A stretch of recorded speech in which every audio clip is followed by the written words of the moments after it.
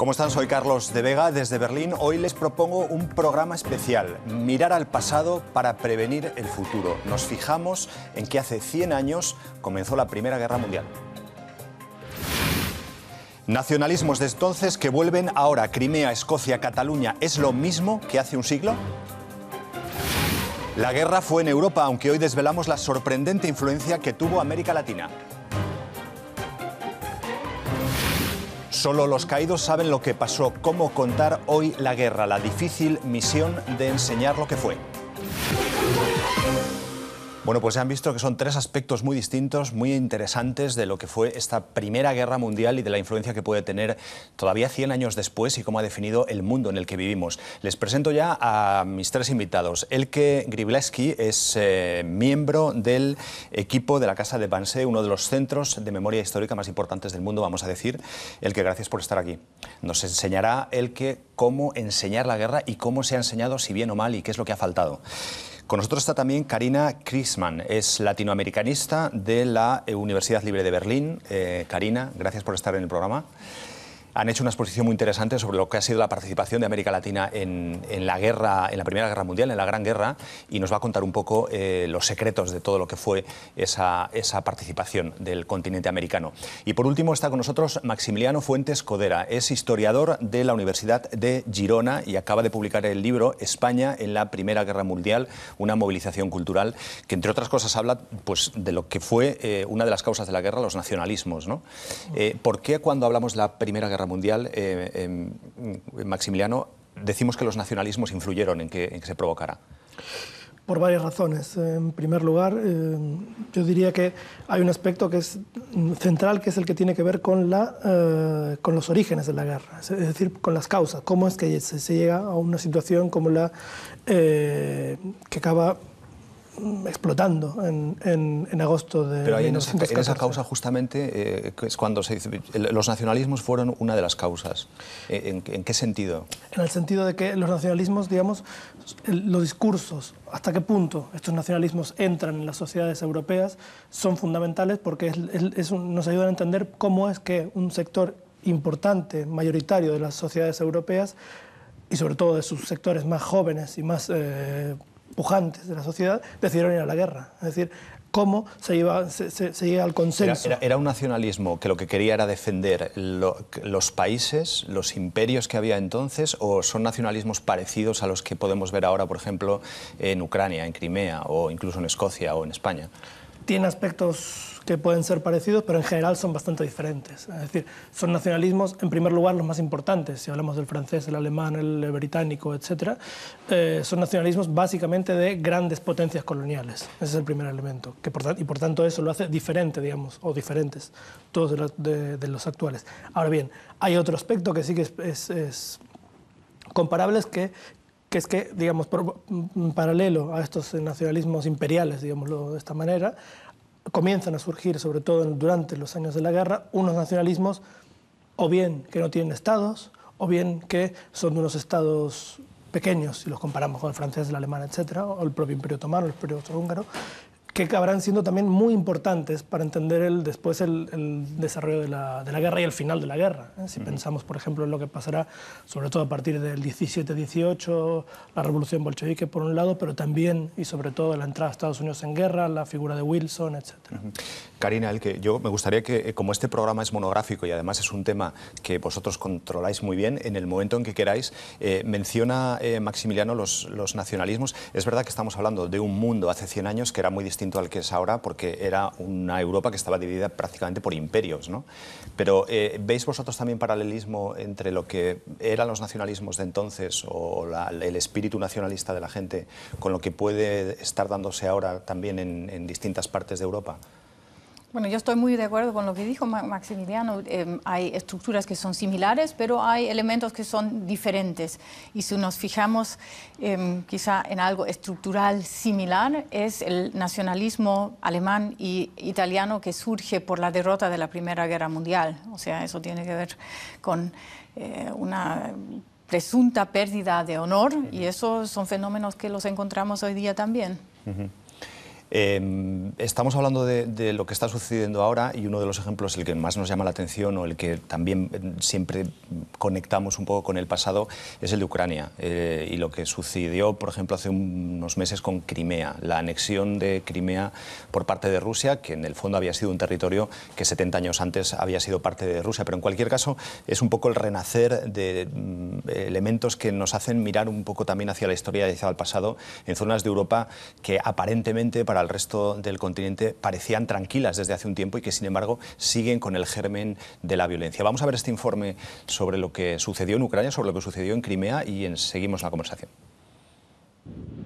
En Simferópol comenzó a ondear la bandera soviética como en los viejos tiempos, cuando Crimea pertenecía a la Unión Soviética.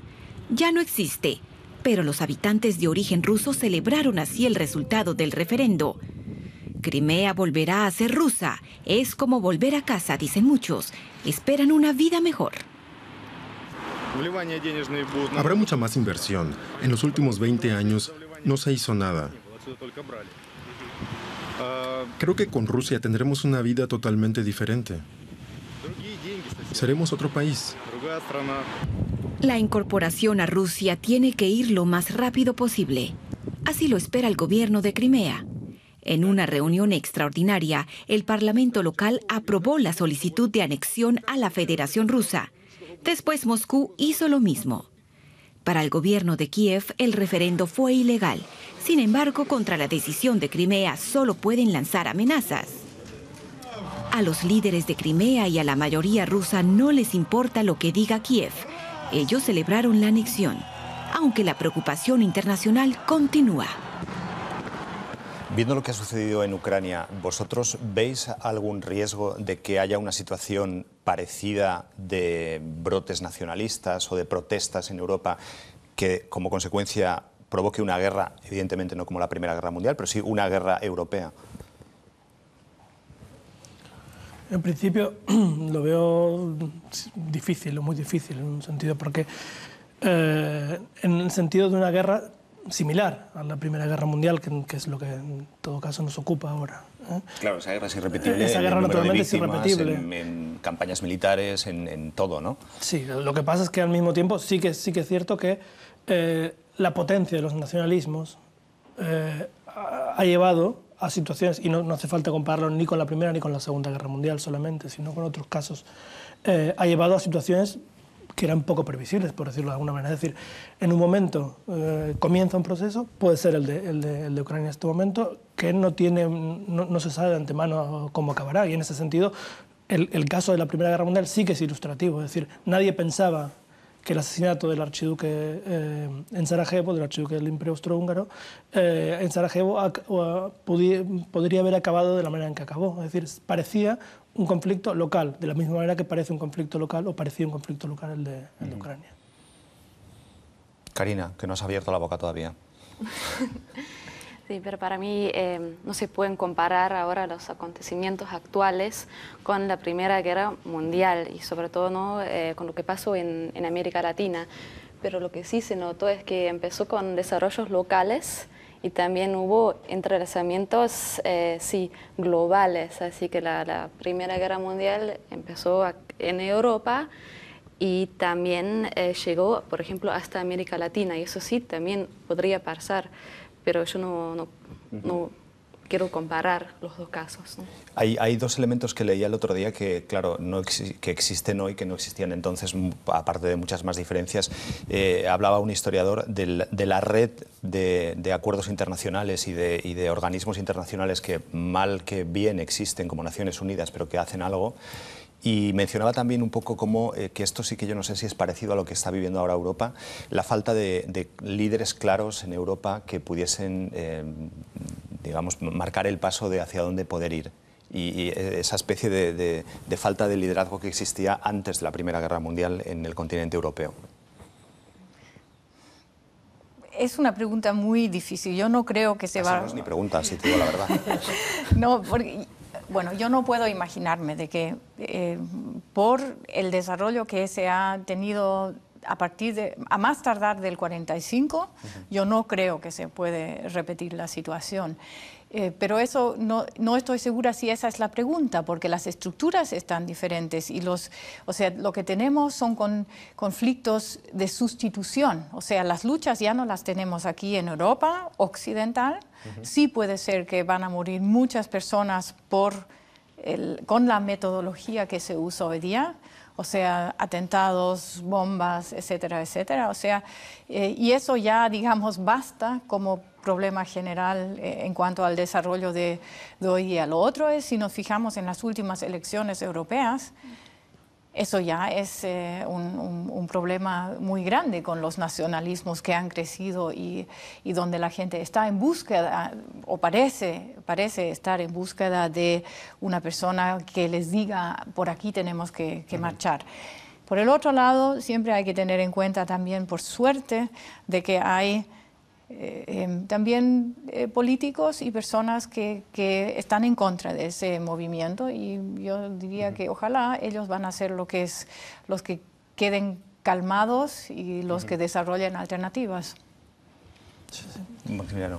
Sí, yo solamente agregar, yo estoy muy de acuerdo con lo que decías, solamente agregar una cuestión ya de matiz y que seguramente tiene menos que ver directamente con la pregunta, pero que es que vale la pena diferenciar entre dos aspectos. Digamos, por un lado, evidentemente, todo el entramado internacional al cual hacía referencia.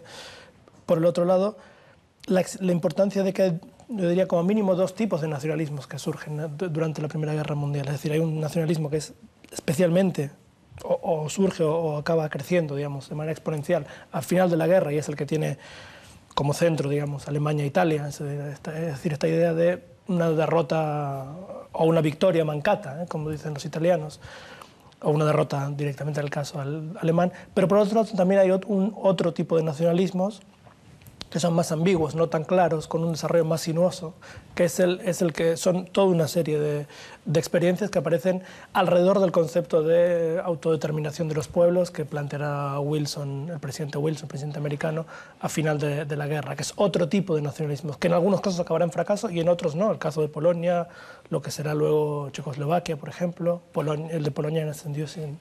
¿Pero tú crees que los nacionalismos que hay ahora en Europa, y me refiero fundamentalmente pues, al que tenemos más cercano tú y yo, y por lengua también, que es el catalán, o los nacionalismos que puede haber en zonas de Francia o incluso en la idea nacionalista en algunas partes de Alemania, proviene de esa Primera Guerra Mundial? No necesariamente. Lo que pasa es que sí, en el caso catalán más en concreto, sí que hay algunos elementos que se pueden, y muy concretamente el caso al que hacía referencia, es decir, esta idea de autodeterminación de los pueblos que se plantea a finales de la Primera Guerra Mundial, los primeros años 20 a más tardar, que dan lugar, el caso del nacionalismo catalán es muy claro en este sentido. No es que nace durante o después de la Primera Guerra Mundial, pero nace antes, evidentemente, pero sí que pasa, sobre todo un sector, no todo, pero un sector del nacionalismo catalán pensará en la Primera Guerra como la panacea, es decir, como un paraíso, como la posible llegada a un proceso de autonomía primero y luego incluso de un nacionalismo directamente separatista a principios de los años 20.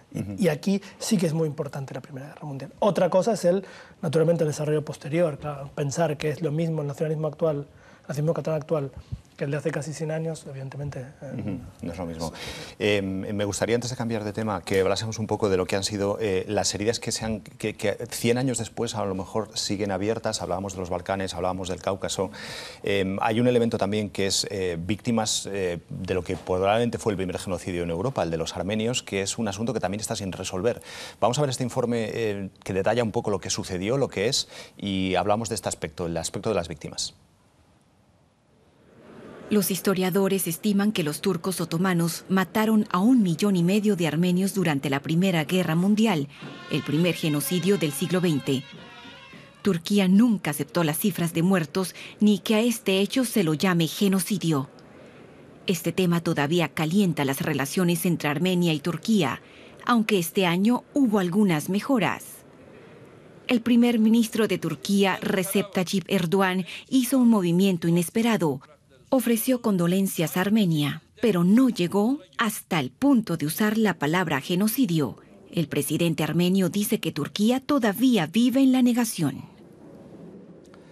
100 años después de la guerra, este es un ejemplo, pero ¿qué heridas quedan todavía abiertas o qué asuntos no se han resuelto después de la Gran Guerra, después de las dos grandes guerras, ¿no? Porque parece como que la segunda es casi como una continuación de la primera, ¿no?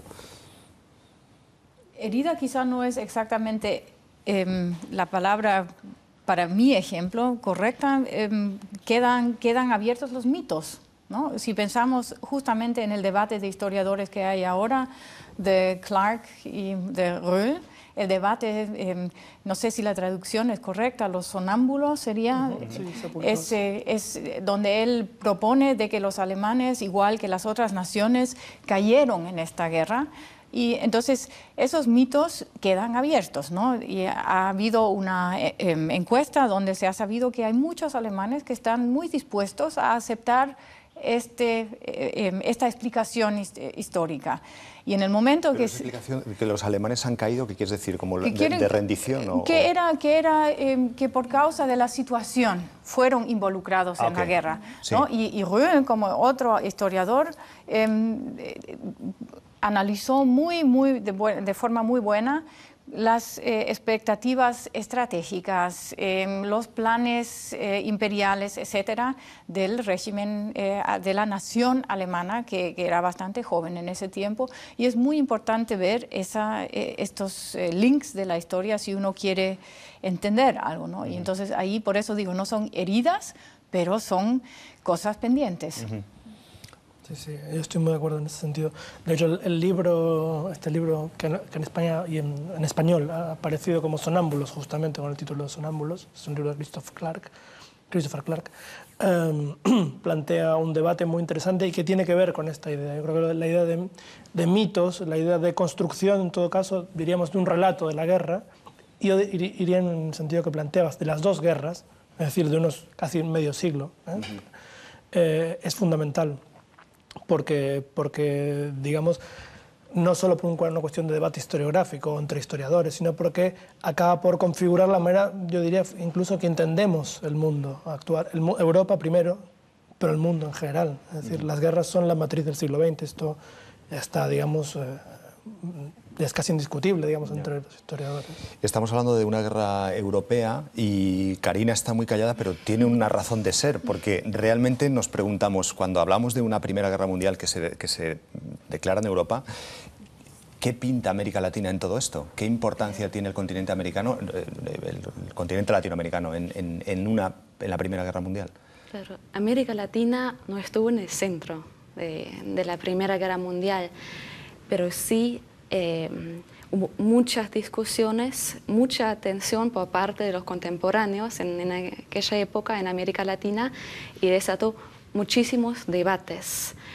Pero al principio se trató de una guerra exclusivamente europea, no hubo campos de batalla en América Latina, pero sí durante los primeros años los latinoamericanos, los distintos gobiernos maniobraron entre la entrada en la guerra o si solamente van a romper las relaciones diplomáticas con Alemania o si se van a mantener neutrales. Así que estas son las cuestiones. No, pero ¿había entonces una unanimidad en ir contra Alemania o ser neutrales, o había países que se planteaban ir con Alemania, con la triple alianza? Hubo como dos bandos, ¿no? Los germanófilos, que tenían muchas simpatías por Alemania, o los aliadófilos. ¿Y qué países eran?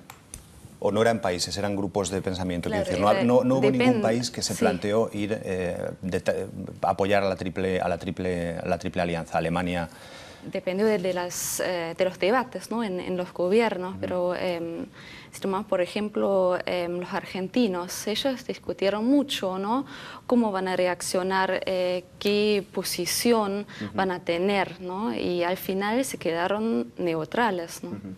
En la práctica, además de la discusión teórica sobre qué hacer con la guerra o dónde posicionarnos, ¿tuvo un efecto práctico en Europa y en América Latina, la Primera Guerra Mundial?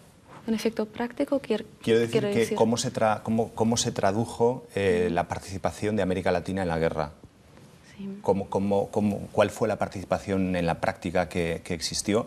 Ya no hubo soldados, evidentemente, pero Claro, ¿cuál fue el efecto? La contribución militar ha sido insignificante, ¿no?, de los latinoamericanos, pero sí a nivel económico. ¿Económico cómo? Sí, porque los latinoamericanos, las economías nacionales estaban fuertemente dependientes de los europeos. Pero con el estallido de la guerra casi se rompieron las relaciones económicas. Así que no llegaron más productos de Europa, los latinoamericanos no pudieron vender, por ejemplo, sus materias primas, ¿no? En los primeros meses de la guerra. Algunos después recuperaron, ¿no?, esta situación y vendieron muchos más productos, por ejemplo, el salitre de Chile, los cereales de Argentina y también de Uruguay, el cobre, el caucho, el azúcar. Así que hubo muchos cambios y los latinoamericanos se tenían que adaptar a la nueva demanda de Europa y también de los Estados Unidos de América, que se presentaron como cada vez más importante socio comercial de los Claro, ¿qué pasó ahí? Porque en el momento que desaparece Europa, surge Estados Unidos como el gran cliente o la gran potencia. El gran socio, ¿no?, el socio comercial, porque los estadounidenses van a reemplazar a Europa como socio de los latinoamericanos. Y también a nivel cultural, los latinoamericanos, por ejemplo, los intelectuales, los que escriben los artículos también en los periódicos, ellos terminan dándole la espalda a Europa. Y ahora se concentraron mucho más en su nación y también vieron el gran ejemplo de los Estados Unidos y ellos sí exigieron Os pregunto mucho. un poco a los tres también. ¿Podemos decir que la Primera Guerra Mundial es el principio de la influencia de Estados Unidos en América Latina y de todo lo que ha sido la historia latinoamericana en los últimos 100 años? Yo quisiera saber de ella lo que me parece interesante y lo que no tengo entendido, porque ¿qué pasó en la Segunda Guerra Mundial? Otra vez había mucho apoyo de parte de los países y deciden muy tarde de declarar la guerra. Entonces, ¿qué pasó? O sea, porque hubo un quiebre, obviamente, o no claro, hubo. Con Europa. Sí. Sí, con Europa sí. Rompieron, sí, las relaciones, porque Europa ya no sirvió más como ejemplo, como modelo, ¿no? No querían seguir más este camino, así que tenían también el gran hermano del norte, que era una potencia que ya le era antes, pero ahora era mucho más evidente para los latinoamericanos. Maximiliano, ya que el que ha ignorado mi pregunta, la puedes responder tú, por favor. Yo me parece que no lo haré, pero estaba pensando en otra cosa. Pues ignórala también, venga. Igual es que no es importante. No, por eso. Ahora pero pensaba, vete a lo tuyo. No, pensaba que justamente que es muy interesante esto que comentabas, porque hay un aspecto que más concretamente, desde el punto de vista ya español, si se quiere, pero no español, sino de relaciones entre España y América Latina, que es que justamente frente a esta idea de que Europa aparece como un continente, como una idea, yo diría incluso, decadente justamente por el desastre que representa la guerra en todos los sentidos, aparece también una corriente intelectual, cultural, nacionalista, pero entendida en otros términos, que es la del hispanoamericanismo, que aparecerá con mucha fuerza, existía evidentemente, pero aparecerá con mucha más fuerza en los años finales. ¿Pero eso qué quieres decir? ¿Españoles que se van a América Latina o no? Eso, ¿O el intercambio? En un sentido amplio, españoles que van a América Latina, no en un sentido de migración económica únicamente, sino sobre todo de visitas de intelectuales, visitas de políticos, que lo que están planteando es que el futuro imperial, por decirlo de alguna manera, en términos no de imperio económico, porque España no está en condiciones de hacerlo, evidentemente, pero sí de imperio de ideas, es decir, de influir sobre América Latina, es fundamental. Se empieza a pensar con mucha más fuerza que antes y se intenta plantear vínculos entre, por ejemplo, pienso en el caso de Argentina y España concretamente. Pero es una relación en la que, digamos, cuando dices imperial, porque es imperial de ideas, es decir, de influir culturalmente. ¿De influir o de España, que América Latina es el futuro para una Europa deprimida? Es un mecanismo de ida y vuelta, porque hay hispanoamericanistas españoles, pero también los hay argentinos o chilenos o uruguayos. América era el continente del futuro, ¿no? Europa quedó casi en la barbarie, en sus campos de batalla, todo destruido. Sí. todo viejo, decadente, mientras que... Hay que decir que vosotros en la Universidad Libre de Berlín, en colaboración con el Instituto Iberoamericano, habéis montado una exposición justamente de esto, de lo que es la participación de América Latina en la Primera Guerra Mundial. De hecho, tenemos unas imágenes de lo que ha sido esa exposición que me imagino que veremos a partir de ahora. Y habláis un poco de ese aspecto económico, hemos hablado del aspecto de Estados Unidos. Estamos viendo las imágenes de la exposición. ¿Cuál es, digamos, la conclusión que América Latina saca de esta guerra, de esta decadencia europea? ¿Cuál es una guerra que, por el hecho de que Europa se pierde como cliente, perjudica al continente o al final...? Para los latinoamericanos la guerra era un gran catalizador para nuevos movimientos, también nacionalistas, pero también de los obreros, de las mujeres, de la juventud. Y América Latina se presenta ahora como el continente joven, floreciente, de vida juvenil, con muchísima fuerza. De estas imágenes que hemos visto, voy a pedirles a Yaotzin, que está en el control central, que nos ponga esta imagen justamente. Me gustaría que nos describieses un poco lo que es, porque es un poco la idea que estás diciendo, ¿no? Esta es una de las imágenes de la exposición, claro, que es... Es una de las caricaturas que presentamos en la exposición al Instituto Iberoamericano. Es una caricatura de la revista chilena Zig-Zag y como son 2 páginas y se pueden ver 2 lados. Por un lado, Europa, rojo, con mucha sangre, todo destruido. A ver si la vemos, también porque justo ahora que estás hablando de ella. Sí, la mujer con su vestido blanco, con las flores y con toda la fuerza y toda la nueva autoestima, ¿no? Que tiene. Y sí, ahora el futuro lo vamos a encontrar en América y en América Latina, y en Europa ya no. Dices que militarmente no había ningún tipo de apoyo, pero sí que Brasil intentó al menos aportar tropas. Pero ya casi al final de la guerra y ya no llegaron, ¿no? a las batallas, así que la contribución militar ha sido insignificante. Sí. Y hablábamos antes también de lo que fueron los problemas que tuvo también las flotas navales de los distintos países, ¿no? Que eso igual, sin comerlo ni beberlo, o sin estar en la guerra, o incluso siendo neutrales, sufrieron las consecuencias de lo que era la guerra en Europa, ¿no? Claro, la guerra llegó de Europa a través de la guerra económica, guerra propagandística, también guerra marítima, ¿no? De Europa llegó hasta América Latina. Y, por ejemplo, países como Brasil, con sus costas larguísimas, también Chile, tenían problemas para poder vigilarlos efectivamente. Y hubo muchos hundimientos de barcos brasileños. Por ejemplo, el caso Paraná es un caso muy conocido, y eso también aceleró la entrada de Brasil en la guerra. Así que sí, la guerra llegó a través de la guerra marítima, también a América Latina. Cuando termina la Primera Guerra Mundial, porque lo que decía él que es verdad, cuando termina la Segunda Guerra Mundial hay países en América Latina que tienen dictaduras o regímenes autoritarios que son refugio de muchos nazis que acaban allí.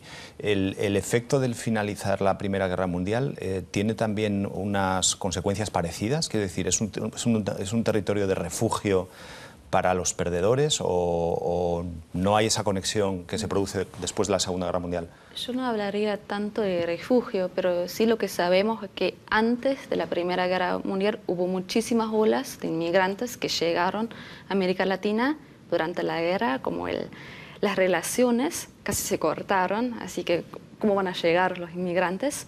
Y después de la guerra, en la década de los 20, llegaron más inmigrantes, así que la guerra también ha sido una ruptura para las personas, para los migrantes que atravesaron el Atlántico.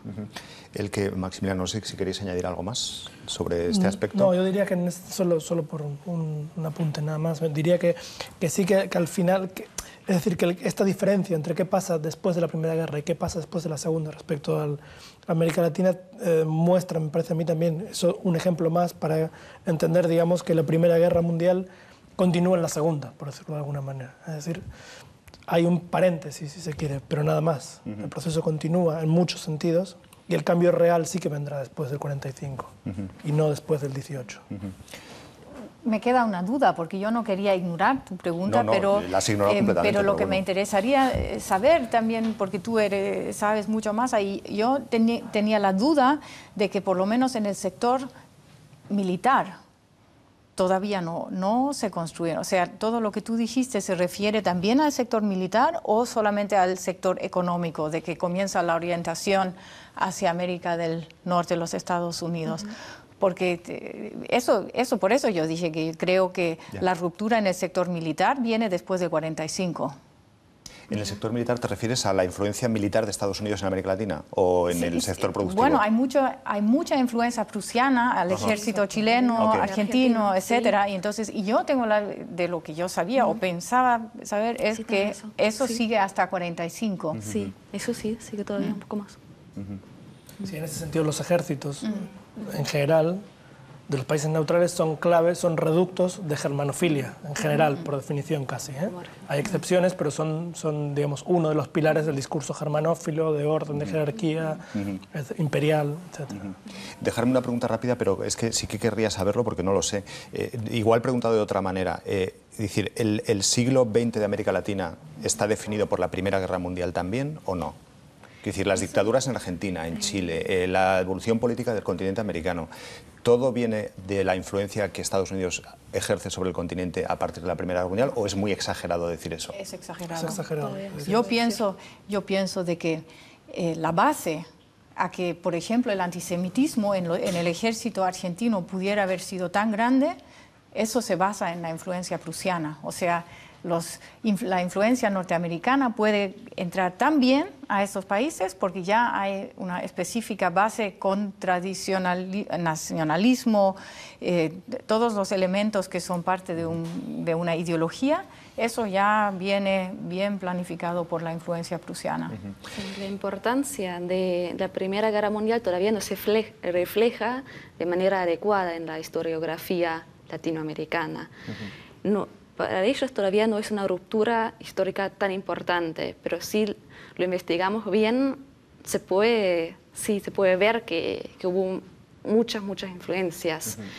Pero para América Latina la Gran Depresión, los centenarios, los cambios sociales en los años 1910 o 20 son mucho más importantes, ¿no? Pero sí, la Primera Guerra Mundial también, pero hay que investigarlo todavía mucho más.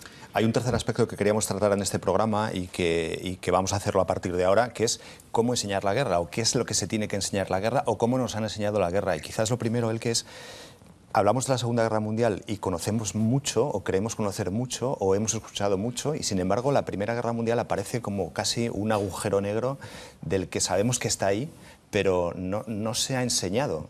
¿Por qué? No se ha enseñado, yo creo, por dos razones especiales. La primera razón, que es entendible, yo creo, es que porque los crímenes de la Segunda Guerra Mundial fueron tan, me falta la palabra, fueron tan gigantes, la dimensión, los muertos, las consecuencias, que durante muchas décadas no se quería tratar también la Primera Guerra Mundial hubiera significado a lo mejor discutir o cuestionar la singularidad. Eso es el primer momento. El segundo aspecto que es súper importante es el hecho de que no hablar sobre la Primera Guerra Mundial implicaba un cierto relato, que era el relato de que el régimen nazi había caído como una desgracia sobre el pueblo alemán, ¿no? O sea, viéndole como un hecho histórico aislado, entonces ya estoy en la situación de que algo me ocurre sin que yo tenga influencia. Y ahí está conectado también un aspecto, digamos, emocional, que durante décadas no se quería que el nacionalsocialismo fuese historizado. Ahora se sabe de que, y eso tiene mucho que ver con el éxito de los historiadores. Hoy día sabemos de que la generación dominante del régimen nazi ha sido socializada por la así llamada humillación de Versalles, una generación que no ha luchado en la Tratado de Versalles, sí, del armisticio, sí, ¿no? De sí, la Primera Guerra Mundial. Una generación que no ha luchado, o sea, no tenía experiencia de batalla, no podía salir con una sensación, guerra es algo malo, sino una generación que a base de la experiencia de la Primera Guerra Mundial quiere otra vez una Alemania fuerte, nacionalista, etcétera, etcétera. Hoy día vemos que es importante trabajar esto conecta un poco con lo que hablábamos de que realmente estamos hablando de una gran guerra, ¿no? Que en muchos países de Europa, de hecho, la Primera Guerra Mundial es la Gran Guerra y la Segunda es casi como una especie de continuación, que es lo que decías tú, ¿no? Sí, estoy muy de acuerdo con lo que decías. De hecho, uno de los grandes debates historiográficos que se produjeron en Alemania, en realidad son varios, pero uno de los grandes o de los más importantes debates historiográficos que se produjeron en Alemania en los últimos 20 o 30 años tienen que ver con la controversia alrededor de los orígenes de la Primera Guerra Mundial, quién era el culpable y, por tanto, si el culpable de la Primera Guerra Mundial era Alemania en ese sentido, eso naturalmente tenía una consecuencia derivada directa, que era que el origen del nazismo estaba también en el origen de la Primera Guerra Mundial. Y esto llevó a debates importantísimos que no solo fueron debates, digamos, entre historiadores especialistas, sino todo lo contrario, fueron debates en la prensa, en las revistas. Y son debates que se han ido reproduciendo de diferentes maneras hasta ahora. ¿Cuántos muertos estamos hablando de la Primera Guerra Mundial? Porque fueron 17 millones. 17 millones de personas. Sí. Bueno, entre heridos y muertos. Entre heridos y muertos. Sí, muertos 17 millones, 9 millones más o menos. Y una guerra que además también hay que situarse en el momento en el que surge la guerra de trincheras, durante meses, durante años, soldados metidos en las trincheras luchando sin saber muy bien para qué ni cómo, frío, los tanques se utilizan por primera vez, aparece también con una cierta fuerza la aviación, una guerra dura que al final tuvo vencedores, pero que no sé muy bien si alguien la ganó y que provocó eso, 17 millones de víctimas. Miles de tumbas de soldados caídos en un cementerio de la ciudad de Colonia. Un fuerte recuerdo del horror en que se convirtió la Primera Guerra Mundial. Más de 9 millones de soldados murieron en los campos de batalla de la vieja Europa. El conflicto fue detonado en Sarajevo en junio de 1914 por el asesinato del archiduque de Austria Francisco Fernando, heredero del trono austrohúngaro, y de su esposa Sofía. En un mes la guerra estalló en toda Europa. Hoy en día los historiadores no concuerdan sobre las causas. Lo que es obvio es que en ese verano de 1914 falló la diplomacia y no hubo nada de comunicación entre las potencias europeas. La historia nos enseñó que eso no debe de repetirse. La Primera Guerra Mundial fue una advertencia. Los historiadores se refieren a ella como el gran desastre del siglo XX, un ejemplo de cómo falló la diplomacia. El que cuando dice el ministro de Asuntos Exteriores que falló la diplomacia, ¿crees que, bueno, es hacer política ficción, pero habría sido sencillo evitar una guerra como la Primera Guerra Mundial con un poco de diplomacia? O... No sé. ¿Ya qué? No, sí, es muy difícil, no lo sé. Realmente no lo sé. O sea, yo creo que las estructuras hoy realmente por los contratos que se hicieron está diferente, es más fácil prevenir quizá. Había otra actitud, yo creo, en total en la población en ese entonces, aunque ya en ese entonces había gente que criticaba la guerra, pero había más apoyo para luchar. Eso sí creo, o sea, que era más fácil comenzar una guerra, pero... ¿Y qué lecciones hay, si es que las hay, específicas de la Primera Guerra Mundial a las que normalmente no miramos y que deberíamos de mirar? Porque en este programa has hablado mucho, cuando has venido, también de la Segunda, del nazismo, de la memoria histórica, pero ¿hay algo que deja la Primera Guerra Mundial que también deberíamos estar fijándonos como lección hacia el futuro? Bueno, de cada tipo de violencia se debería aprender. Y... primero, es difícil, yo creo que la gente que realmente estuvo en el campo de batalla aprendió, pero en el momento de que uno no ha hecho esa experiencia es muy difícil aprender teóricamente que eso no debe ser. Y si le doy la vuelta a ese aspecto, puedo ser muy cínica y decir, sí, han aprendido. han aprendido, porque la tecnología en todas las guerras siguientes ha sido muy diferente y ya no se ha luchado hombre por hombre, 200 metros para adelante, 200 metros para atrás. Por eso yo estaría, creo, de acuerdo con lo que dice Steinmeier, que se ha aprendido en torno a la prevención. La diplomacia. Sí. Sí, es interesante. Bueno, yo tampoco tengo una respuesta para esto. De todas maneras, sí que es interesante, digamos, pensarlo en los términos que lo hace, a pesar de toda la controversia que ha despertado y a la que hemos hecho referencia ahora, el libro de Christopher Clark sobre sonámbulos, justamente dedica casi el centro del libro es es un análisis de la diplomacia durante la guerra, y en realidad yo diría que no es que la diplomacia, digamos que hubo un problema de diplomacia, es que la diplomacia era diferente, es justamente en este sentido. No es que, como decía el ministro en el vídeo que acabamos de ver, no es que los resortes de la diplomacia no funcionaron, es que la diplomacia era diferente.